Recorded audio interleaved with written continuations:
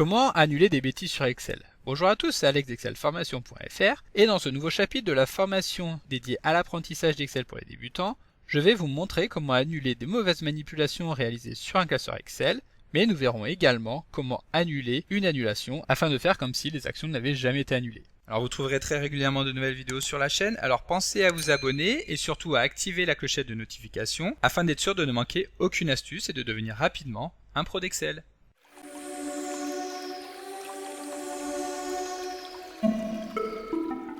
Comme d'habitude, si vous voulez être sûr de bien comprendre tout ce que nous allons voir dans le cadre de cette vidéo, vous pouvez télécharger le support de ce cours en suivant le lien que vous trouverez dans la description de la vidéo, ce qui vous permettra de réaliser les opérations en même temps que moi pour bien assimiler toutes les notions que nous allons voir dans cette vidéo.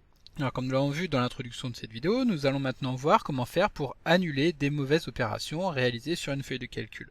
Et pour illustrer ce que nous allons voir dans ce chapitre, nous allons utiliser un petit tableau qui reprend les ventes annuelles réalisées par une chaîne de magasins qui appartient à un groupe. Nous retrouvons dans ce tableau les ventes réalisées donc pour chaque magasin, réunies par région, regroupées par trimestre et également avec un total qui reprend l'ensemble des ventes annuelles. Maintenant, imaginons que par inadvertance, nous réalisons une série de mauvaises manipulations, comme par exemple supprimer des données de notre tableau, mais également en touchant sur la mise en forme du tableau, par exemple sur la couleur de fond des cellules, avec des cellules jaunes, des cellules vertes, des cellules rouges, etc. En plus de cela, sans nous en rendre compte, nous avons modifié les formules. Donc plutôt que d'aller chercher les cellules qui reprennent les ventes que nous voulons calculer, nous avons une somme qui est bien plus importante et donc forcément le montant des ventes réalisées au niveau de la région sud sont maintenant erronés, etc. Nous pouvons en effet imaginer toutes sortes de mauvaises manipulations que nous pouvons mettre en place lorsque nous utilisons un tableau Excel. Maintenant, si nous voulons annuler ces mauvaises manipulations, il va y avoir deux cas de figure. Soit nous avons déjà validé l'opération, comme c'est le cas ici, soit imaginons que nous sommes en train de saisir une formule, que nous nous rendons compte à ce moment-là que la formule saisie est erronée.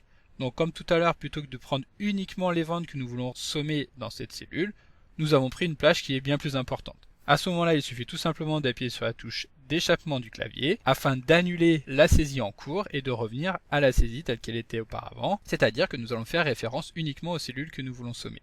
Maintenant, si nous avons effectivement validé l'opération, donc comme nous l'avons fait ici, il va simplement suffire d'appuyer sur le bouton annuler pour annuler les dernières opérations. Nous cliquons sur le bouton et comme vous pouvez le voir à ce moment-là, nous retrouvons le montant tel que nous l'avions avant, c'est-à-dire 19 millions.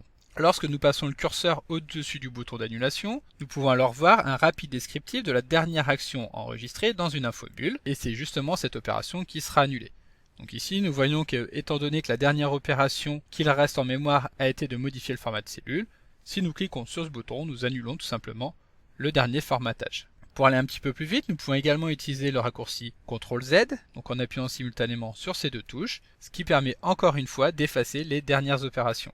Et comme vous pouvez le voir, lorsque nous allons annuler une opération, que ce soit en utilisant le bouton qui se trouve en haut dans la barre d'outils d'accès rapide, ou en utilisant la combinaison de touches CTRL-Z, nous allons pouvoir constater que les cellules concernées par cette annulation vont automatiquement être sélectionnées, ce qui va permettre de pouvoir les identifier très rapidement. Et enfin, sachez que pour annuler plusieurs actions en une seule et même opération, il est possible de dérouler le petit menu que nous avons ici, donc en cliquant sur le triangle qui pointe vers le bas, afin d'avoir un listing de toutes les opérations que nous avons réalisées sur la feuille depuis son lancement, et il suffit donc de sélectionner toutes les opérations que nous voulons annuler. Comme vous pouvez le voir, lorsque nous survolons une opération dans cet historique, Excel va automatiquement sélectionner toutes les opérations qui se trouvent au-dessus, ce qui signifie que toutes ces opérations seront alors annulées et que nous reviendrons à l'état de la feuille de calcul juste avant la dernière action que nous avons sélectionnée.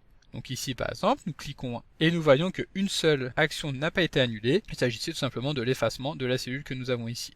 Un petit appui sur CTRL-Z permet de récupérer la feuille de calcul exactement telle que nous l'avions avant d'effectuer ces mauvaises opérations.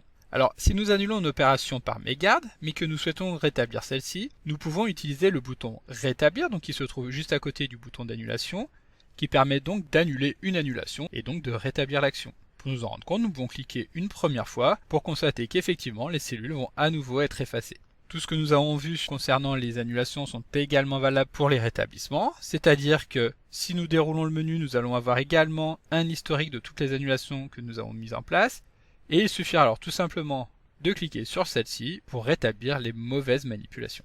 Nous pouvons également utiliser le raccourci clavier CTRL-Y qui permet d'effectuer exactement la même chose que le bouton rétablir et donc retrouver toutes les anomalies telles que nous les avions avant leur annulation. Alors attention à un point important, si nous exécutons une macro-commande dans le classeur Excel et que cette macro-commande va intervenir sur la feuille de calcul, alors l'historique des annulations sera perdu et il ne sera plus possible de revenir en arrière.